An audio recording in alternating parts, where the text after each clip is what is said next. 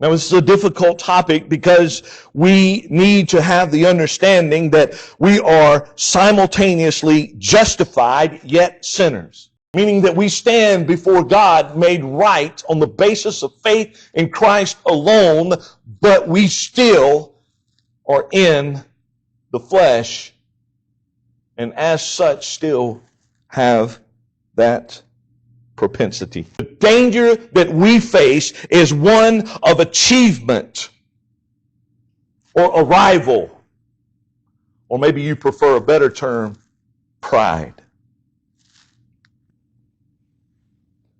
It is pride that will hear the truths this morning and stand up and seek to shout them down. It is pride that will shout out in its loudest voice that this is untrue. It is pride that gives us a sense of having arrived, having accomplished something, a product of our own making.